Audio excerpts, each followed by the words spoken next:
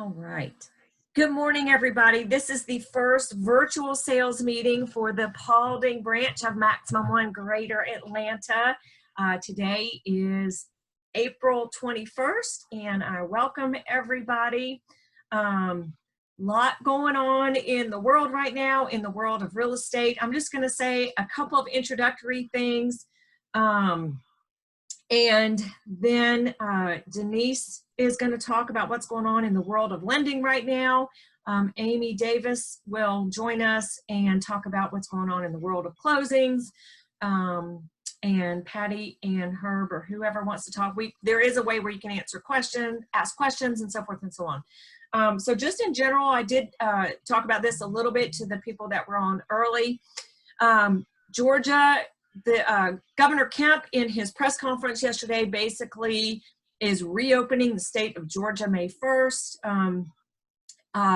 Still with the CDC guidelines in place, real estate, as we know, has already been declared an essential business, or more specifically, what's called a critical infrastructure workforce by Governor Deal for the whole state. He referred to the Homeland Security document. All of those documents, I have created a folder in the reference section of Paperless Pipeline called COVID-19 documents. That's where all that information can be found.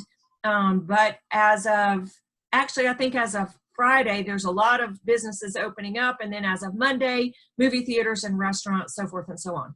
How that relates to us is, I'm going to keep all politics out of this discussion. This is just a commentary on our state. Based on that, there are a lot of people that are still not comfortable for whatever reason going out in public. What that means to you as an agent is there is a lot of opportunity for you because people still need to move. People still need a roof over their head. They still need to buy. They still need to sell. With a lot of your colleagues not going out, that creates a lot of opportunity for some agent who is willing to or wants to go out and work. Real estate has not stopped by any means. Real estate cannot stop. Our industry is vital, not only to our local community, but to the country's economy in general. Housing is a huge portion of the economy, and we need to do our part. Again, we have buyers and sellers out there that need your help, and so they're looking for you out there. So that's one comment. The other comment is, a month ago, the Georgia Association of Realtors put out a COVID-19 special stipulation, and it had a lot of information in there. And basically, it had no termination rights in there whatsoever. It was just timeframes to delay based on a COVID-related event. Now, that term in and of itself is extremely vague and not specified. They just revised it on April 17th. The copy of that revision I did put in last Sunday's email this week at Maximum One. There is also a copy of it in the reference section of Paperless Pipeline under the COVID-19 forms. You will see the revised special stipulation does now have termination rights for a buyer with no penalty if, for example, their loan, and Denise will talk about this a little more in depth in just a minute, if their loan, if they had pre-approval and then based on changing guidelines from Fannie Mae, Freddie Mac, their work hours, credit scores changing, FHA, VA, all of a sudden they're now no longer qualified. Well, with the revised GAR special stipulation, that potentially does give the buyer the right to terminate and get their earnest money back. So it's great for buyers, not so great for sellers, because the seller has taken their house off the market and now there's a termination. Generally speaking, with any special stipulation, whether you use it in a contract as you're negotiating or whether you use it in an amendment, buyer and seller have to agree to it. Just because GAR is the author of it, it's not an automatic right for a buyer or a seller in any contract. Just like any provision that gets negotiated, it gets negotiated. What we are seeing now is We are having a lot of terminations because a buyer is now no longer qualified. We're finding out a day, 2 days, a week before closing, and they're outside of they're outside of their due diligence contingency and their financing contingency. Well, just because the termination of the loan has to do with with what's going on in the world. Again, they got temporary furloughed, their hours got cut, the credit score requirements changed. They're still in default of the contract. So if a TNR, if we do a TNR and the seller doesn't sign it, the holder of the earnest money has to go by the contract, and by the contract, they're in default. It doesn't matter the reason they're in default. That's not a provision in the contract if there wasn't language expressing that provision. Now, with any TNR, regardless of the reason, if a buyer or seller terminates, on the release part, if a buyer and a seller agree to what the holder is supposed to do with that money, the holder is just directed to do whatever with that money. What I'm saying is, just because a buyer defaults on a contract, a seller can decide to give that buyer the earnest money back. They can decide to split it 50-50. They can decide to split it 70-30. My point is, it might be because of what's going on in the world. This might be a time to get the buyer and the seller to negotiate what happens with that earnest money the holder is holding. You would just put that on the TNR, and if a buyer and a seller both sign it, the holder disperses that money per the direction of the buyer and the seller. Now, if some of you guys have had contracts where the iBuyer is the buyer and they're terminating, you will find they are getting their earnest money back. There is a legal contractual provision called a force majeure clause that is in those iBuyer contracts. It is not in the GAR or the RE forms contracts. It used to be in GAR, but they took it out. But I have a feeling it will be in GAR again. And basically, what that means is it's almost like sort of like an unforeseen act of God, that there is no penalty, so to speak. I hate anything like this being an act of God or fire or anything like that, because I don't think God does evil stuff. But anyway, those forms are in the reference section of Paperless Pipeline under COVID-19. Please take a look at those. Again, any kinds of those provisions are up for negotiation between buyers and sellers. And any question, you guys have the opportunity or the ability to mute and unmute yourselves. All the offices are, well, the Powers Ferry office has limited hours, 10 to 2. Douglasville office is back open full time.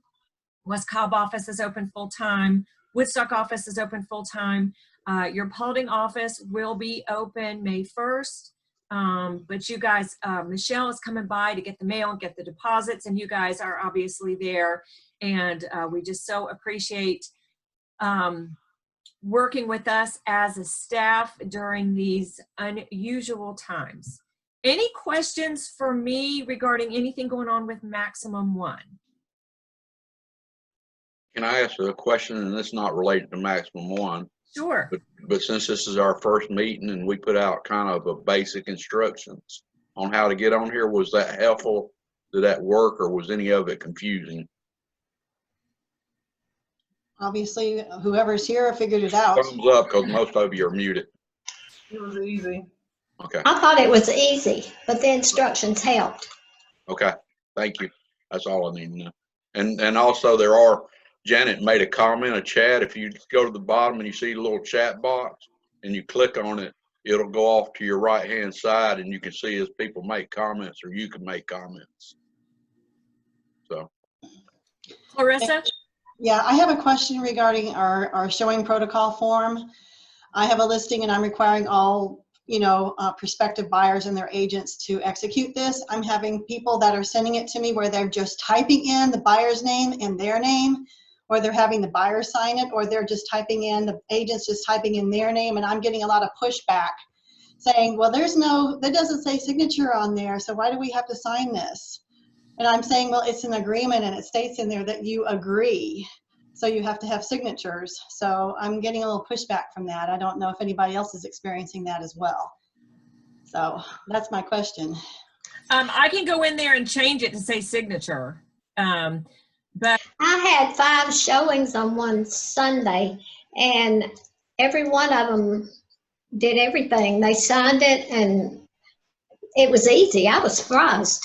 But everyone sent in their pre-approval and signed that form. Yeah, I don't know why. Maybe I'm just getting people that just, I don't know. Most of the time they're okay with it, but I've had a few people push back saying, well, it doesn't say that I have to sign this. I'm just typing my name in there. And I say, well, please sign it. Otherwise I won't give you the CVS code to get in the house. So there you go. I've had one agent from another brokerage refuse to sign it, saying that he said something silly like, who's to say we don't go in there and get sick from showing your house, and we're not signing this because y'all could be liable for making us sick. So I didn't respond to him, and he didn't get a showing approved to show the house. But my sellers are requiring that it's signed before they can come in the house. Yeah, I mean, if it's not signed, you know, from the seller side, if it's not signed, don't give them access to the house. From the buyer side, with that buyer brokerage addendum, the buyers don't sign it, don't show the buyers. Now, Amee Davis and I worked on this pretty extensively, and we're finding little things here and there. Like I also had an agent say, well, what if it's cash? Well, then it would be proof of funds rather than pre-approval letter. Will this hold up in court? You guys, there are going to be so many lawsuits after all of this. Will it hold up in court? Who knows? A judge can do whatever a judge wants. The attempt is to be able to protect you guys as agents for any of these situations that somebody tries to come back and sue you for regarding showing properties during the COVID-19. Now, again, to me, the biggest overriding thing is the state of Georgia has declared real estate as an essential business. And so we have just more protocol, and we can demonstrate that we were attempting to even take more careful guidelines based on that with the CDC's guidelines in mind for protection. Will it work if we get sued? Hopefully. Do I know that for sure? Absolutely not. But I don't want us to be the test case for any of this.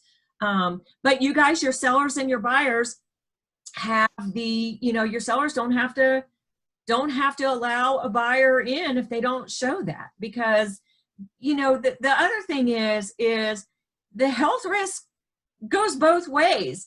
So if a buyer sees a property and they get sick, well, were they sick beforehand? Did they get sick from something in the property? Did they get sick for proximity to you? Did they get sick because they went to the grocery store? All of this stuff is so unprovable that, we are just doing an attempt to have guidelines in place to protect you guys, so that, number one, it doesn't come to a lawsuit. And I'll let Amee talk on this a little bit further. And Clarissa, I'll let you ask your question again to Amee, but let's go to Denise, since she has been on here. Are you good with that, Amee? Are you good with that, Denise? I'm fine. Okay. All right. I am going, before I go on further, also, just since we're all on here, Herb, we all send you our love and prayers and condolences over the loss of your mom. And just know we're all here for you to support you in any way we can, whether that be professionally or personally. We're all giving you lots of love and hugs and just lots of comfort, and hope that God grants you and your family peace and comfort right now. Thank you. We need the prayers right now. So I'll just say that I'm stressed and I'm hurting and emotional. So y'all forgive me. I'm trying to say as little as possible right now, but I love everybody and I love the Maximum family, and I appreciate all the thoughts and all the prayers. We love you too. All right, Denise, tell us what is going on in the world of lending right now. Well, I can tell you it's a little crazy if you hadn't already found that out. Just to tell you a little bit about what we're doing at Homestar, we're still up and running. As you know, the interest rates are good. The entire staff or company at Homestar, we're all working remote. My office is actually working at home, so I'm coming in the office every day so that I can work. We had our biggest month ever in closed loans in March. Even with the COVID-19, we still were able to get everything closed and had our the biggest month in company-wide that we've ever had. So we're very proud of that. We are focusing on purchase business right now. There's a lot of refinances happening, but Homestar has always been a traditional purchase company, and that's what we're still working toward. I believe last week when Wes Hunt, the president, came out, he said that only 35% of our total pipeline was refinanced. So we are still strong in purchase business. The rates are good. There's a lot of people buying houses, even with everything going on, and it still amazes me how many people are calling daily to get pre-approved or purchasing houses, which I'm very thankful for. There's been, as far as I know, that there's so many changes as far as credit scores. I hear it every day. There's loans being transferred to us because other lenders are not able to do them. They've gone up on their credit scores to anywhere from 620 to 700. I believe Chase is now at 700 and requiring 20% down. Well, Homestar will still do mortgage loans with a credit score of 620. That's for USDA, FHA, VA. So we're still doing the 620. It could go up, but right now, as of right now, we're still doing 620. The biggest problem that we're facing right now is, and you probably all have experienced this, the rates are good, but the discount points that are being charged on the interest rates are sometimes 3 and 4%. So we're asking that you try and get as much seller paid closing cost as possible. Otherwise, your borrower's cash is going to be a lot higher because of the discount points. And if you've got a credit score at 620, we priced one yesterday. It was a low price at $87,000. The rate was 3 7/8, but there was a 4% discount. So you got $5,000 almost in discount points in addition to your closing cost and prepaids, just because of the low scores, the way the market's going. So we're just asking if there's any way to negotiate the discounts into the price. That will help them tremendously. Are y'all seeing that from other lenders maybe? I know that everybody's muted, but I do want to make that, just point that out. Denise, we are seeing, I have the benefit of seeing a lot of contracts and talking to different lenders. We are seeing that. We are seeing huge, a lot of money being spent on discount points with lower credit scores. I have a question though. Sure. Would a strategy be for a buyer's cash to use the discount point for the lower rate, or would it be a better strategy for that buyer to use that cash to pay off something, part of their debt, to increase their credit score, close on a house with a little bit higher credit score now, and then maybe refinance down the road? Sure. And I mean, we try to give them the options because the cost of the rate is so high right now. So if they've got a low score, I try to give them their options. You know, this is where you're at now, but if you pay down this credit card and we get your score up to a 660 or 680, you're going to get a much better rate with a lesser cost on the points. So that is something we try to work with them and give them options, you know, not just, you know, so that they can figure out what's best for them. There are no par interest rates right now. There are no rates giving back a premium. They are gone because of everything with the investors and all the agencies and everything. If you had a buyer that was approved and you're checking your pipeline, if you had it, like Dana said, if you had them approved 60 days ago, the lenders need to follow up with them. You might want to follow up with them and tell them, get in touch with their lender to make sure they're still approved. Their credit could have expired. Their scores might have been low and they're out looking for houses now. I mean, we've had numerous calls of people checking just to make sure they're still pre-approved, and that's huge. As far as on an FHA loan, if it's possible, try and get 4% toward the closing cost, especially if they got low scores. The mortgage forbearance, let me jump back real quick. I'm sorry. So we're still offering FHA, VA, USDA, conventional, of course. The jumbo loans are pretty much gone. I think there's some options out there where they can be doing some 80-10-10s. But then again, I'm hearing that some of the banks are not offering equity lines or the second lien, so that could cause a problem. We're no longer doing manufactured homes for FHA and VA, only conventional, and they have to be on a permanent foundation. The 12 months bank statement, 1 day out of bankruptcy, 1 day out of foreclosure loans are suspended.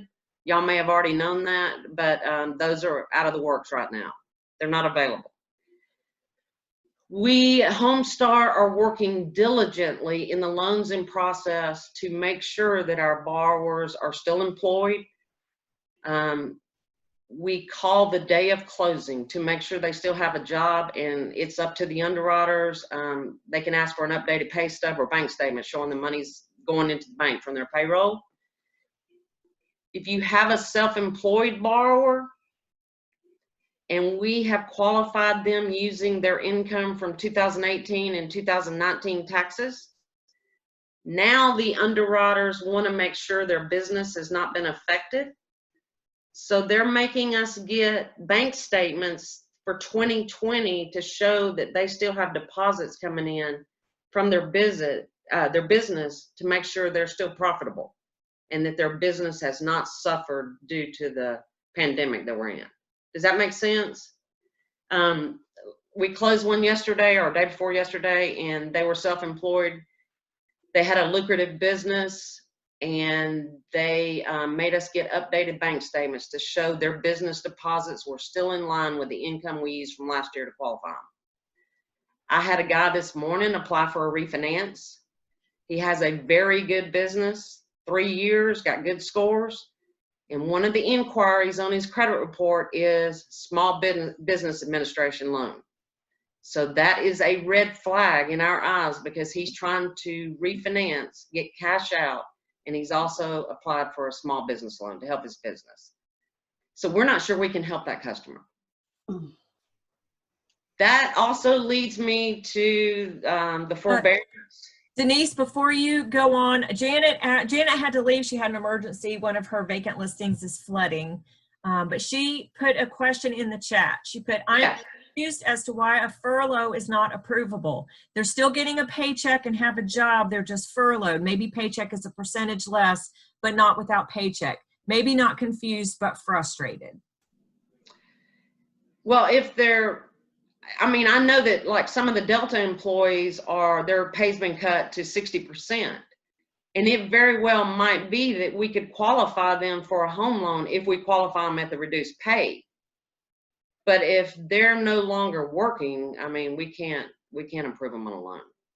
What the investors, everybody's scared of is that we're going to make these loans and they might not even make their first payment. They're going to ask for forbearance and everybody's stuck with a loan, and so they're checking everything. They're checking everything because it's very risky right now. Yes, Herb. Yeah, me and you ran into the case of where I had a listing and the buyer was all pre-approved, going down the road, way down the road, and all of a sudden the credit score, you talked to this a second ago, all of a sudden the credit score changed on the lender they were using and went up, and they were no longer eligible for a loan. So Right. I'm to Denise, and I'm anxious to hear about that, and you can talk to me about it after the meeting if you want to. Yeah. But I guess this is kind of directed toward Amee. How can we protect ourselves in the contract? And you don't have to answer this right now, Amee. You can answer it whenever you talk.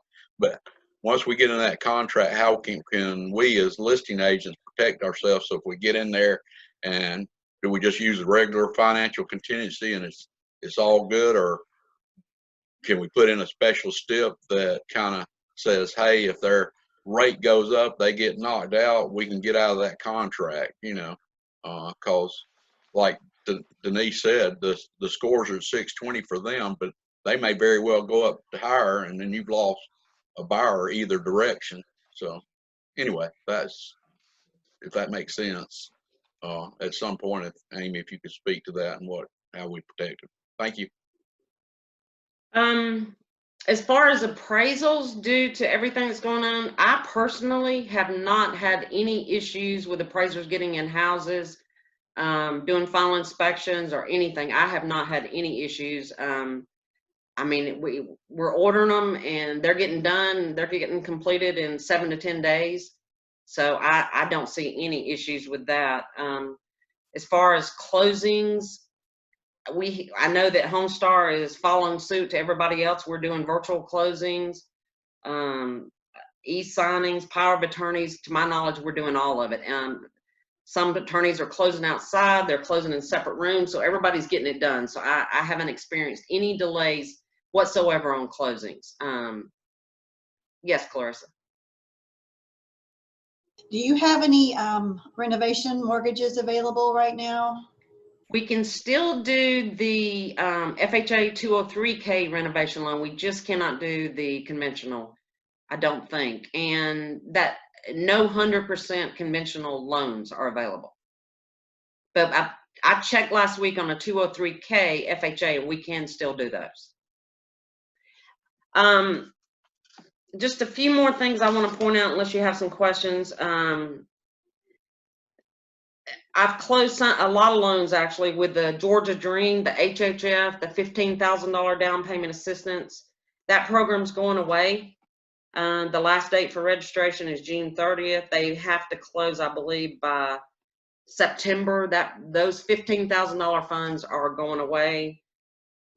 Georgia Dream has increased their income limits to help some customers, but you know, the 15,000 was the most lucrative program there was, I guess. We're having that's about all the updates from Homestar that I can really speak of, but we have town hall meetings once a week, and there is another one today at 2 o'clock. I'm not sure what they're going to talk about, but the market is crazy, and we're here to help. I would encourage you, and you know, if you have any questions, to call me or about credit or appraisals or anything, feel free to call me. I have a Homestar Hiram Facebook page that I post updates from the company, guideline changes. You know, if you haven't already liked our page, I would encourage you to like it, because I do post a lot of updates on there. I think Pete had a question. Pete, you'll have to unmute yourself. Hey. Yeah, I'd like to. You're muted. Okay. Have you seen any changes in the appraisers' final numbers? Are they up or down from where they had been prior to this? I haven't really had any issues with values at this point. I really haven't. Okay, thank you. Everything's coming in fine so far. Even on VA. You know, we all worry about VA, but so far I haven't had any problems. Okay, thank you. Does anybody else have any questions? Yeah, Denise, what's your website again? It's Homestar Hiram. That is my Facebook page. Okay. And then I have my website that I can send out, but Homestar shares a lot of information, and I share that on my Facebook page to try to keep realtors and buyers informed in what's going on in the market. So we do share a lot of information on there. Is there any other questions for me? I'm on Facebook right now. Is it Hiram Branch Homestar Financial Corporation? Is that the correct one? Yeah, I believe so. Okay, thank you. What is it again, Clarissa? Hiram Branch Homestar Financial Corporation. Thank you. I just searched Homestar and you know, looked and see what came up. Okay. Right now, one more thing I'll add is we're still closing loans on time. Our FHAs, VAs, USDA's about 30 days. Georgia Dream's taking still 45 days, but I mean, we haven't encountered any problems to slow down our closings, to my knowledge. So we're still moving right along. Awesome. All right. Well, thank you. Thank you, Denise. All right.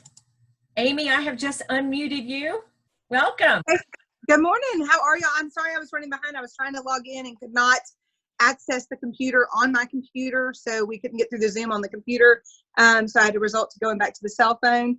Lots of stuff going on. I'm glad to see that Homestar isn't dealing with the appraisal problems. I will tell you, other lenders are. We have had quite a few situations where we have had some issues with the reduction of sales price.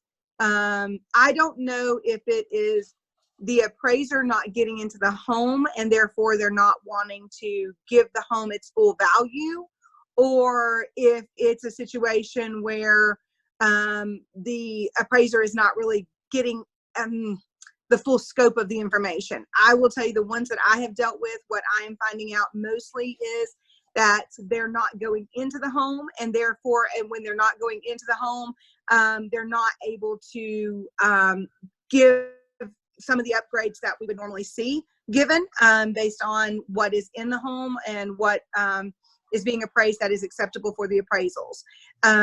We have seen not a lot, but a handful of them coming through that are appraisal problems. I will just go in and tell you that. So I'm thankful to see that Homestar's not experiencing that. You need to talk to your lenders, whoever you're using, and find out if they're seeing them, because you certainly don't want to get through this whole COVID stuff that's going on and get down to the end and having a problem with your appraisal. We've seen some as much as $40,000 swings between sales prices versus what the appraisals came in. I've seen two of them that were pretty close to $40,000. And in some pretty significant areas. One of them was Bentwater. So that one was just a sort of off the cuff weird thing, because we typically don't see problems in Bentwater with the appraisals happen very often. So that one was just sort of an off the cuff issue. We were even trying to find out if the appraiser was from the area, didn't know the area, what the situation was going on. And then that lender, let me go in and tell you, was an out-of-state lender, and that lender would not review the appraisal a second time. It was either use that or they didn't get to go through them for the loan. So the realtor did have them switch. Unfortunately, it was an FHA appraisal, and because of that, it got stuck for a little bit.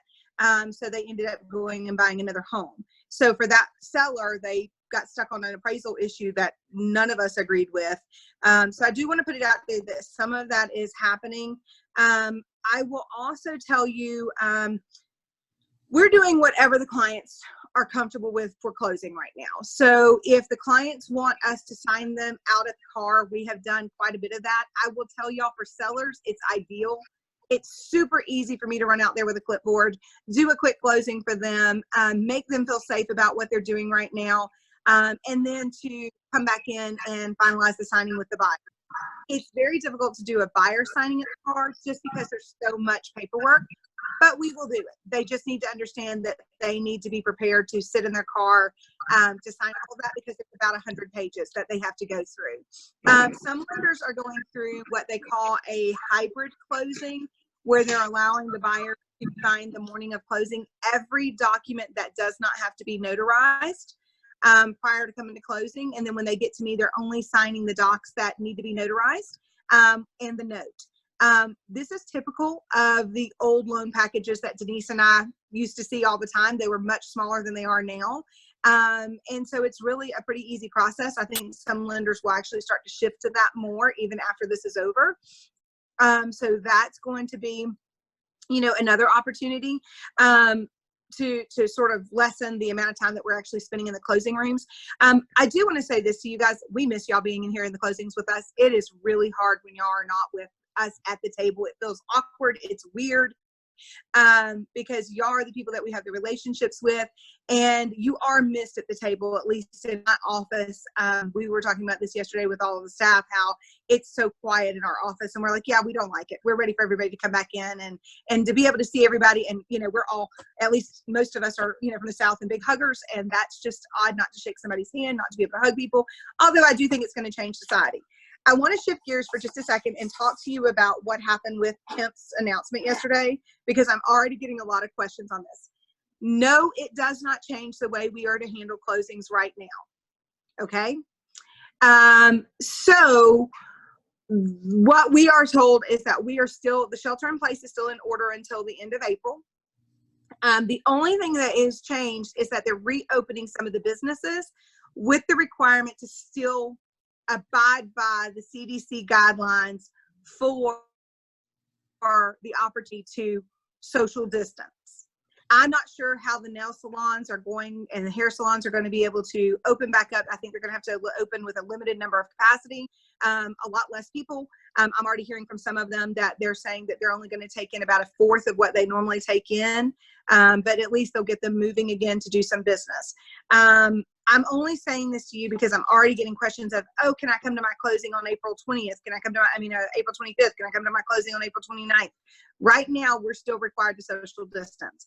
I do understand that there are some law firms out there that have not been doing this and have allowed the realtors to still come to closing. I don't know who all that is. What I will tell you is the Georgia Real Estate Commission came out for the Attorneys Council for the State Bar. It's different than what your Georgia Real Estate Commission is for realtors. It's the Georgia Real Estate Attorneys Council came out and said, you need to make sure your clients are socially distancing in your offices, and that's what we're trying to abide by. If you have clients that are uneasy about coming in, just let us know in advance. We're asking them as they're letting us know that they're here. We're asking them do they want to sign outside or do they want to come in? A lot of them are opting to sign outside. A lot of people are not wanting to come in. I don't think this is going to change much, guys, going forward. When you talk to people and just in your social media, I'm sure you saw last night, a lot of people are really upset about them opening up some of these businesses again, and a lot of people are very glad. So it's sort of this big mixture of what's going on in our economy right now. I am still going to leave it up to your clients. I want them to be comfortable, because the last thing I want is for somebody to come to my closing when there's already a lot of legal documents and they're already maybe potentially, especially first-time home buyers, a little uneasy about what they're going to be signing. The last thing I want to do is make them more uneasy because we're saying, oh, well, everybody has to come in. We're going to continue to do this for as long as people feel that it's necessary, and as long as that's what they're asking us to do. I will be glad when we can all be at a closing table again together, and the buyers and sellers and everybody is in one room together, because I think it goes more smoothly. And I think that people like that better because they get to meet who's buying and selling, and you're there to represent them. I will tell you, I do think y'all have a very big missed opportunity with the iPlatform stuff. I will tell you right now, I would be all over that. Just simply because when you're dealing with hedge funds, I think that the Georgia Association of Realtors, National Association of Realtors, there is something to be said, especially during this time where people are starting to realize that it's important to have physical interaction and face-to-face interaction. So I think you're missing an opportunity on some of those things right now. They're going to come back as soon as the market starts to turn. They will be back in your marketplace. So I would gear up now on how you're going to start marketing the number of people that were sort of left out. I know a number of y'all had closings that fell apart because they no longer were going to buy the property. Dana and I've talked about this a number of times. And then the other thing is, I want to make sure that you guys got the new GAR special stip on the COVID. Did everybody see that they amended that and it came out? I know Dana put it out. I looked it over again yesterday. One of the things I want to point out to y'all on this is that it specifically says in here what they define as a COVID-related thing. Event. Yes, thank you. A COVID-related event. So they define what a CRE is, and one of the things that they say is that a CRE is not a buyer or seller experiencing job loss, reduction in salary or other financial hardships, so shall not be deemed a COVID-related event. So then it goes on to say, if the COVID-related event causes a problem that would permanently delay or extensively delay the closing, then the buyer or seller may terminate without a penalty, okay? But if the buyer loses their job, that is not included in COVID-related events. So there is an opportunity for them to lose their earnest money. And as I'm sure Denise will tell you, a lot of these buyers cannot afford to lose their earnest money and then turn around and buy another property anytime soon. As to the question regarding the furloughs, I know Janet, I think, asked that question. I do want to point out to y'all that we have not had anyone that has been furloughed that we've been able to continue a closing for, except for one person who we got a letter from the company or the lender did, stating that they have every intention of hiring them back, that they're not going to be laying off more people during this time, that their intent is to just furlough them for a period of time and then they will get their job back. And they accepted that. I don't know how that's going to work, because I don't know how you really can say that we're not going to fire people when all of this is over and lay people off because of the financial hardship that it's been on a lot of corporations right now. But that's what they were able to do. As to Herb's question, protecting buyers and listings, can you write a special stipulation that the buyer gets their earnest money back if they are to if they lose their job or become furloughed during this time to no fault of their own, but through this COVID-related event issue? Yes, you could. Can you write that in the event that the transaction falls apart due to buyer losing their job? Yes, we have that in the COVID stipulation that GAR has put out. So you can use that one because the job loss or furloughs are not included. But if you're wanting to protect your listings, it sort of does protect listings on this one, simply because the job loss and the furlough is not a reason for them to be able to get their earnest money back right now. I want y'all to be careful about writing special stips during this time, though. I've seen some really poorly written ones. I don't mind going over them with you. If you have a question you're not sure, text me, email me. You know, I'm available to you. Let me help you with it, because I'd rather it be right than you to do something that's going to cause you an issue. One of the big questions that we're experiencing right now is with the change of loan programs. And Denise sort of spoke to this, where you're having to change somebody from an FHA to a conventional in the process because you realize that they're not going to qualify, or the loan programs change in the process, and we're having to move them from an FHA to a conventional, or conventional to FHA, in order to get the loan done. You have to amend on the GAR forms. You have to amend the type of loan you're doing. Please don't forget to do that, because if they then get turned down for the other loan, they're obviously not going to get their money back. So if you start out with FHA and they get turned down for conventional, obviously that's going to be a problem for you. But the contract requires that the seller approve the change in lending format. So make sure that you're going back to the sellers and the buyers and getting them to sign, changing the type of loan program that you're switching to. The question I'm getting about that one a lot is, does it change the financing time? When does the binding agreement date start? I will tell you, I get what you're asking, because the way that it's written doesn't really, it doesn't specifically say that it goes back to the original binding agreement date. What it does say is it runs from binding agreement date. Well, you only have one binding agreement date on your contract, and that binding agreement date is the original binding agreement date.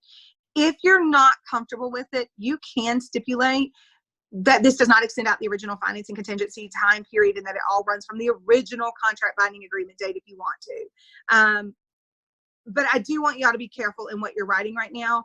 I was looking at some of the COVID numbers yesterday, and although the numbers are still increasing, we had less numbers per day yesterday and the day before. But the numbers, we still are seeing the numbers go up. If you're watching the DPH numbers on a daily basis, and if you don't know what that is the Georgia Department of Health. It's DPH. If you Google DPH COVID numbers for Georgia, it'll give you the daily chart, and it'll tell you where we are each day by county. You can look on there. I don't know what this entails for us going for the future. What I will tell you is we are closing loans. We are getting it done. We are still doing it. The only thing I will tell you is what's taking a little bit longer, obviously, is the courthouses. Paulding Courthouse is allowing title exams within the courthouse, but it's on a 2-hour round basis. So the examiners get to go in for 2 hours at a time to do the title exams. A lot of other counties are not letting the examiners in at all. And so they're having to rely on online title exam searches.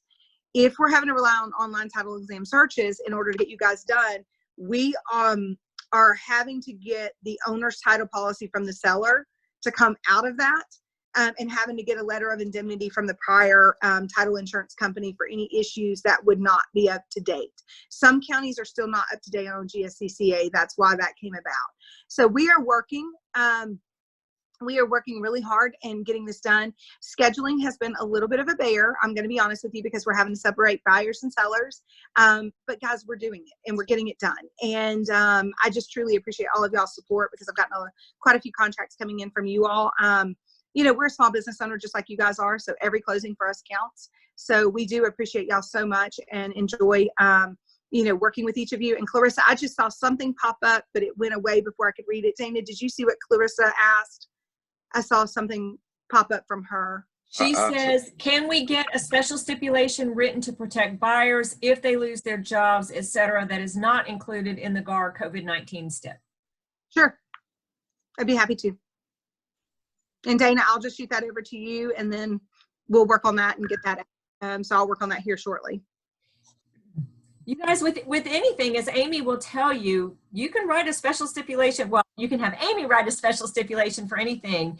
You still must have a buyer and a seller agree to it for it to be binding upon the parties and part of the contract.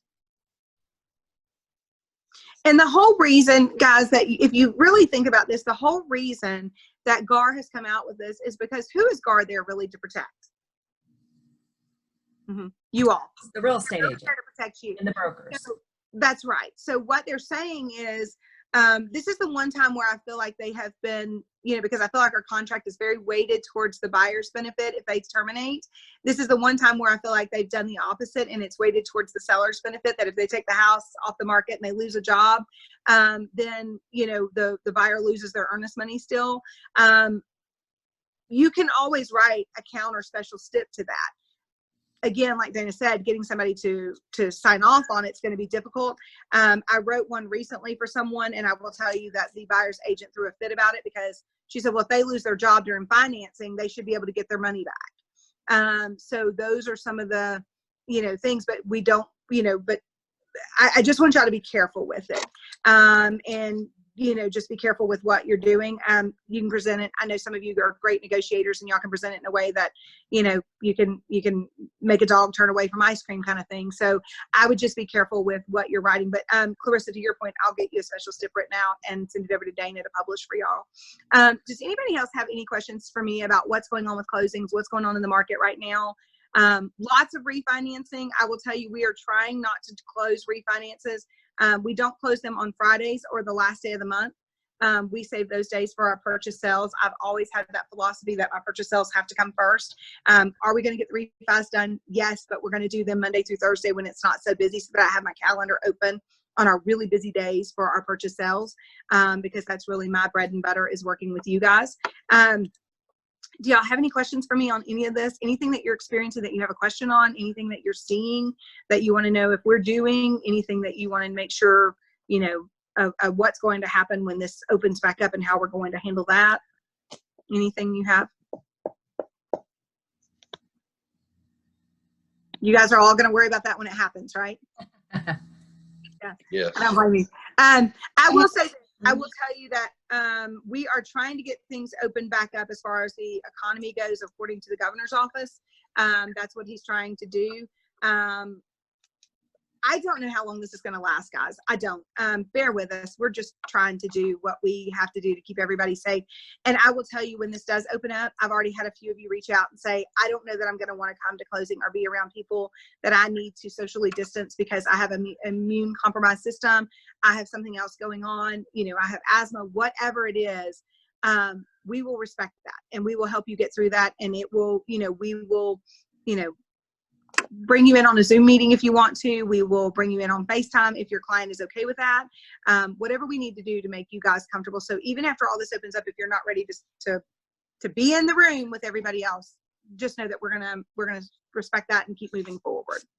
Do y'all have any other questions for me? Okay. I did have a question regarding the showing protocol I'd asked earlier. I'm having some pushback from agents that don't want to sign the COVID showing protocol form, or they're sending me it typed up with the buyers and their names on there, and I've pushed back saying, no, you both need to execute this document, etc. And I'm trying to keep it consistent. You know, I don't want to show favoritism over one agent over another, because I can get in serious trouble for that. So right. Didn't know. They say that because it doesn't say signature, it just says buyer and buyer's agent. I say, no, you need to sign it, etc., because it's an agreement. But I'm having a little bit of pushback on that. Ultimately, it comes down to the seller. Ultimately, it comes down to whether the seller's going to accept them into their home without them signing off on this during this time. So the protocol for you needs to be presented. If they refuse to sign it, you go back to the seller and say, look, they're refusing to sign this. We told you we're going to do everything we could to protect you. But if you allow them in, it may open up to, under fair housing, you allowing everybody in under the same terms. And it's up to you on how you want me to proceed with this. So if you don't want to show the home during this time because of this, because they're not willing to take the necessary precautions, and I'm going to tell you, do I think there's going to be lawsuits when this comes out? I do. I think there's going to be a lot of lawsuits come out of this stuff, all the way from the federal level, all the way down with, we're already seeing lawsuits happen. We have already seen a number of lawsuits happen on government stepping on individual rights, lawsuits that are already coming out. We're already seeing lawsuits on, the stalemate of allowing for foreclosures and for evictions to be happening right now. I'm talking about just evictions on a regular basis because the courts are closed. There is a lot of concern whether or not the courts or the governor had rights to do some of the things that they've done. So there's already lawsuits, and I'm not talking just in our state, I'm talking about nationwide. Do I think there's going to be lawsuits that are going to come forward from some of this? Yes. The only thing that Dana and I are trying to do is protect you to as best we can to say, look, you agreed to this. This is what the seller wanted. So if the buyer comes back and says, I'm not signing this under any circumstance, then you go back to the seller and say, look, they're refusing to sign it. But no, under fair housing rules, you may have to then change your protocol going forward. And then it's really up to the seller. So pull yourself out of it, and then always, always, always follow this up in writing on how you want to proceed. Because I don't think what's going to withstand is you telling someone that they can't go in unless they sign this protocol, and then you allowing somebody else to do it and them doing all the things wrong that you're trying to protect yourself from, and then saying to the next person, no, you can't. So I think that could get into some gray area. I will tell you, I don't know if any of y'all have taken the opportunity to read some of the federal orders and some of the federal stuff. There's a lot of immunity in those orders, especially with the healthcare workers. So there is a lot of immunity with the COVID thing. I'm concerned that some of this immunity even, will oversee some of the negligence things that we're already hearing about with some of the hospitals handling the COVID patients and all right now, staffing issues and all of that. So I don't know what we're going to see in the future. I just want to protect y'all as best as I can now on the front end. So go to the seller, talk to them. If the seller wants to waive it, then you need to advise the seller that we're going to have to, probably change your showing protocol going forward. But make sure you follow it up in writing with them. So that way you've at least told them. And if a buyer doesn't sign that showing protocol, a seller chooses to have you allow them or allow that party to show the property, you guys get that in writing too, because if it's a quote unquote, he said, she said, there's no way of proving. You have all this protocol in writing and then all you bypass it. If the seller said, yep, that's fine, but you don't have that in writing, there's nothing to prevent the seller in front of a judge saying, I never approved of that. And then there's no way to prove it. So if a seller, like Amee said, get it in writing. If you have this, the seller chooses to bypass that, get that in writing from the seller. And then moving forward, you can't really require it because it could come down to a fair housing issue. Right. Does that make sense for everybody? Yeah, yes. Dana, don't you have to go to your Douglasville meeting? It doesn't start till 11:30. Okay, I'm sorry. Thank you. Okay, and then tomorrow, Dana, we have our CE class with 400 and something registrants for title issues. I've done that class out at Paulding for you guys, I think once or twice now. So we're doing that tomorrow. So that's going to be the first big virtual class that we've done, which I'm super excited about. So if you haven't registered for that, I don't know how many more registrants we can even take at this point, Dana. But that's going to be a nice class. And then, we'll do the virtual classes for as long as we need to until we can all get back beyond the social distancing without risks to anyone going forward.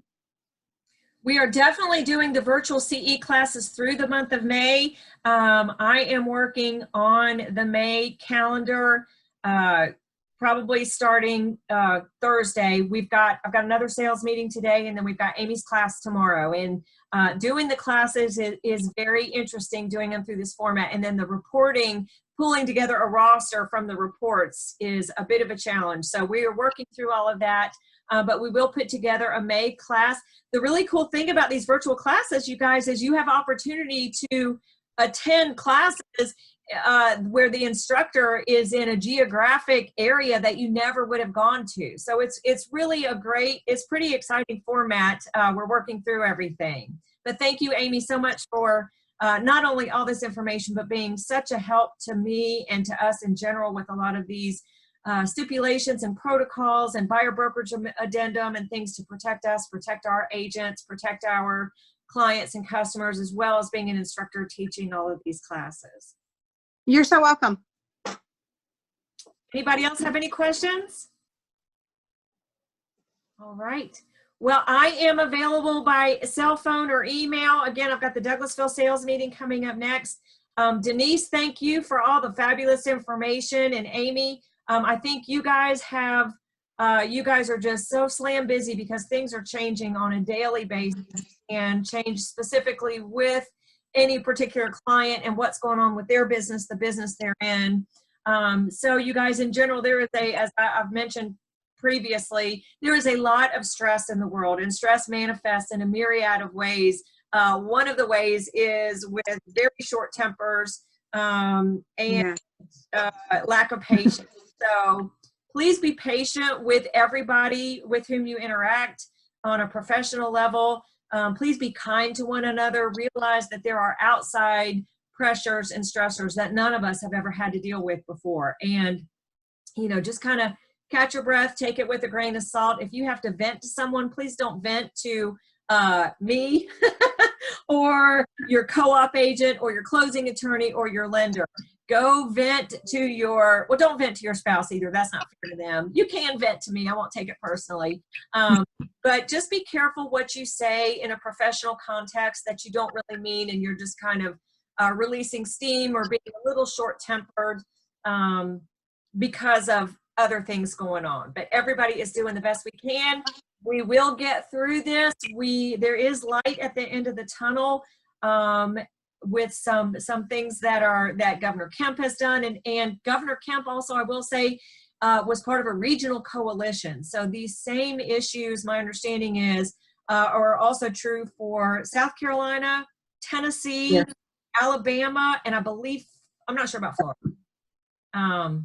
Florida has released some of their requirements now. They are starting to loosen up some of their stuff as well. They've opened up beaches and some other stuff too. Now, I will also tell you guys, people have very personal feelings about the governor's proclamation or what he's opening up. So don't get into fights regarding politics or your own personal feelings. It's not worth it to jeopardize a professional relationship or your professional status as a realtor. I'm not telling you what to do or what not to do. I will tell you, within the context of a transaction, please keep your personal feelings to yourself. I will tell you within your Facebook comments, that's completely up to you. But I wouldn't want you to put yourself in a position where you wouldn't get business that you would otherwise get because of your feeling about something when you're not going to change somebody else's mind. That's all I have to say about that.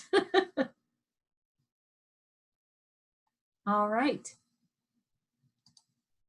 Any comments for anything else? Anybody? Everybody has, nope. All right. Well, thank you guys so much. Continue to go out there and bless our public with your real estate experience, license, and expertise. They need you out there. And thank you guys so much. Bye, everybody. Thank y'all. Bye-bye. Bye.